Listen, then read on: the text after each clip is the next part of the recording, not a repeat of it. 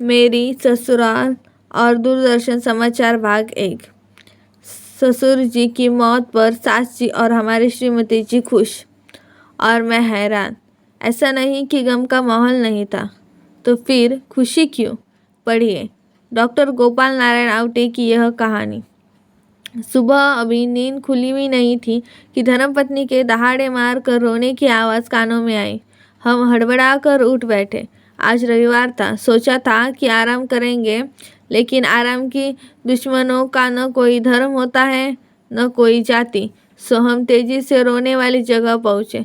हमने देखा श्रीमती जी के हाथों में टेलीफोन लटका हुआ था, मानो कोई मरा हुआ सांप हो, और वह जोरों से दहाड़े मार कर रो रही थी। क्या बात हो गई? हमने घबरा कर उनसे पूछा। वह हमें देखकर और जोर से रोने लगी। हम भी उनके स्वर में स्वर मिलाने लगे। हमारी आवाज़ पंचम स्वर में जा पहुंची थी। वह घबरा गई और चुप हो गई। वह चुप हो गई तो हम भी चुप हो गए। उन्होंने सिसकते हुए बताया, पापा नहीं रहे। कब? अभी फ़ोन आया था, हमें चलना होगा। हमारे ससुर साहब बड़े सिद्धांतवादी थे। हमेशा खादी पहनी, सिद्धांत ओढ़े, भगवा टोपी लगाई, नीली जैकेट पहनी, सदैव ईमानदारी से रहने का भाषण दिया। विवाह पूर्व हम बड़े खुश थे कि चलो किसी बढ़िया नेता की बेटी से हमारा विवाह हो रहा है, लेकिन हमारे सभी सपने जल्द ही टूट गए। सब आदर्श की आग में जल कर खाक हो गए। हमारे ससुर दहेज के खिलाफ थे, इसलिए हमने भी हाँ में हाँ मिलानी पड़ी और बिना दहेज के ऐसा विवाह हुआ जिसकी मिसाल दी जा सकती है। नियम कानून का सहारा लेकर मात्र 5 बारातियों को ही उन्होंने आने को कहा था, जिसके परिणाम स्वरूप हमारे माँ बाप, भाई बहन और हमें मिलाकर ही हम 5 हो गए थे। दोस्त ऐसे नाराज़ हुए कि कभी उन्होंने हमारा मुंह नहीं देखा।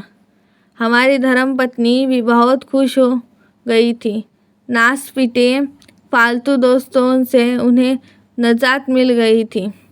हमेशा आदर्श की चर्चा करने वाले और अमेरिका से लेकर दिल्ली तक के नेताओं से संबंध बताने वाले हमारे ससुर जी अब नहीं रहे थे। हमें ध्यान आया कि हमारी एकमात्र सास की हालत न जाने कैसी हो रही होगी, लेकिन वह बड़े नेताओं की तरह काले चश्मे को आंखों पर लगाकर अपने भावों को छुपा रही होगी। हमने नाश्ता किया, कपड़े बदले और पत्नी के साथ उसके मायके के लिए निकल गए। बीच बीच में यादों की जुगाली भी करते जा रहे थे, जिसके चलते पत्नी गंगा जमुना नाक से बहा देती थी। जब हम ससुराल पहुँचे तो दोपहर हो चुकी थी। हमारी सोच बिल्कुल सच थी।